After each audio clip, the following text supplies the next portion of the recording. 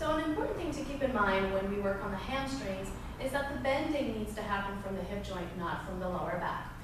Many people can't really get to their hamstrings because what they're really stretching is their lower back and their spine. So let's just take a few moments to pay attention to the alignment for the hamstring stretch. So I'm going to go ahead and face the side. This way. Okay, so let's just kind of bend from the legs a little bit and kind of push your tailbone out, feeling that little crease in the hip joint right here. So what you want to watch out for is when you do something like a forward bend, for example, is that you don't just round from your back, creating a rounding through the lower back. So we want to more like hinge, right? So you can bend your knees a little bit if you need to, and really press your tailbone out and back. And try not to round from the spine. So very important is that think of your spine like a stick, right? So we're just going to bend from the hip joint, and the tailbone and the sitting bones kind of go up towards the ceiling, and try not to collapse the spine.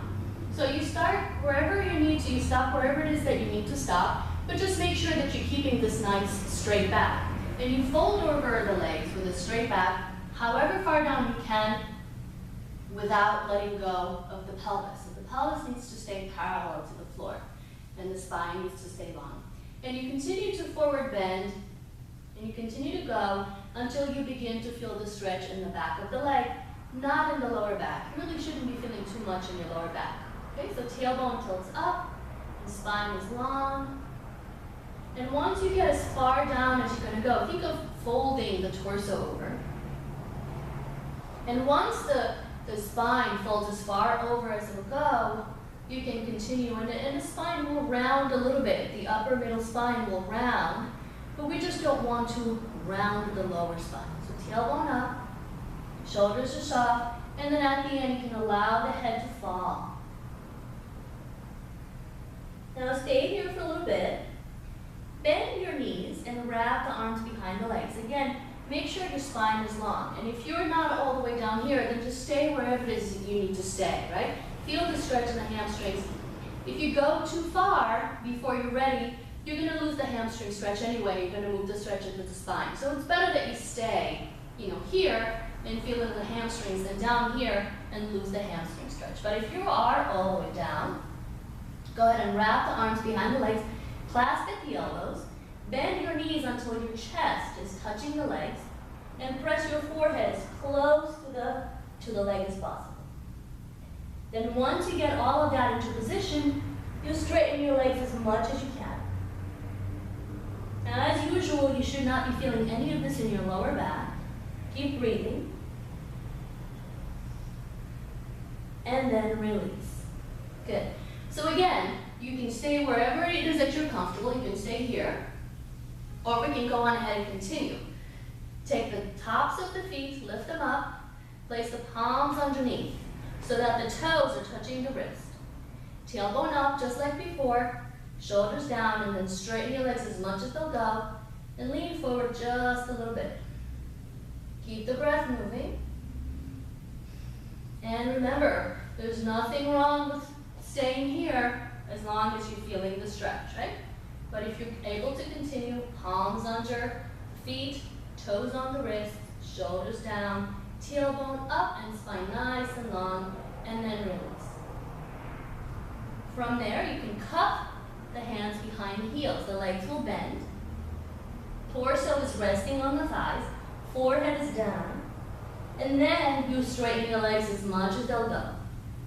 Keep breathing. And once again, we feel the stretch in the back of the legs, not in the spine. Then release. And slowly roll up. So when you're coming back up, it's okay to roll the spine, stretch the spine a little bit. Let's take your right leg, cross it over the left, and just like before, remember, forward bends are hinges from the hip joint. So keep your spine nice and straight, and then stretch forward however far you can without rounding the spine or losing the arch in the lower back. So continue to fold over, lead with the chest, go deep, and then come up. And then let's do the other side. Fold over the legs from the hip joint. Keep the spine nice and straight, shoulders soft, and come back up. Okay, so we're going to take a forward step. We're going to take a small step, take the right leg, bring it forward, And it's not a very big step, but try to keep the hips centered, pointing straight ahead with the toes. And once again, just like before, hinge from the hips, keep this hip down, both legs nice and straight, and you can stop wherever you need to stop, but avoid rounding the spine or bending at the knees. So everything nice and straight, shoulders and hips square to the floor, and hold. Now if you can keep your legs straight and your spine straight, you can come down a little bit more, and you'll feel this in the hamstring of the front leg. Now let's open it up a little more. This is pyramid pose. Keep everything straight. So once again, you can stay up. Stay wherever it is that you need to stay with straight legs and straight back. And go only as far as you can go without losing the stretch in the hamstrings. If you can step back more, go ahead and do so. And then at the end, you can fold over that leg. Bend your knee to come up. And then let's do the other side. Bring the legs a little closer together. So you start like you're taking a step. It's not a very big step. And then we hinge from the hips. Straight spine. Stay wherever it is that you need to stay.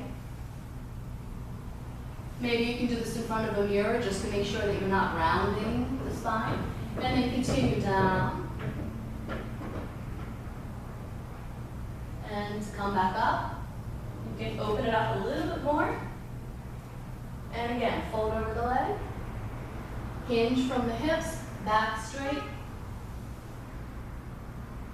Fold over the legs however far you can. Once again, you're feeling this in the hamstring of the front leg. And then if you want to open it up a little bit more, go ahead and do so. This is pyramid pose. And then let's just walk the hands front. Let your feet move. Stay here. Wrap the hands behind the leg and pull. So still want that straight back. Try not to overrun the back. Pull on the legs. Bring your heels in, hold, and pull on the legs. Then bring the toes in, hold, pull on the legs. And continue to bring the heels in and the toes in until they are all the way together. Straighten the legs as much as you can with a straight spine, and then go ahead and come on out. Okay? So once again, the trick to the hamstring stretch, or not the trick, but proper alignment for the hamstring stretch is making sure that it comes from the hip joint. Do not round the spine down. This is a spine stretch, right? So we need straight back, hinging from the hips, legs straight, although they can be unlocked, right? So if it hurts your knees, you can leave the legs unlocked. And also if it's difficult to straighten the legs initially, you can keep them bent. So as long as you're feeling the stretch is happening. Okay, so let's go ahead and take a nice deep breath in. And exhale. Release.